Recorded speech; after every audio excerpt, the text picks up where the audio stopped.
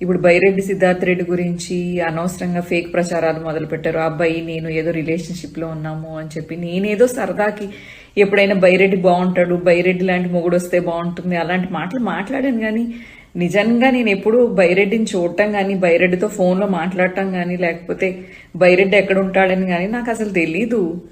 ఇప్పుడు నా జీవితం గురించి నాకేమి భయం లేదు, లేకపోతే బాధ లేదు, లేకపోతే ఫ్యూచర్లో అయ్యి బాబోయ్ ఇలాంటివి ఏమైనా వస్తే నాకేమైనా పెళ్లి కాదు అలాంటి భయాలు కూడా నాకేమీ లేవు. తెగించినోడికి తెడ్డేలింగం అన్నట్టు నా జీవితం ఆల్రెడీ అయింది చాలు, ఇంకా ఇంతకన్నా అవ్వక్కర్లేదు. కానీ బైరెడ్డి కంటూ ఒక జీవితం ఉంది, చిన్నపిల్లోడు అండ్ ఆల్సో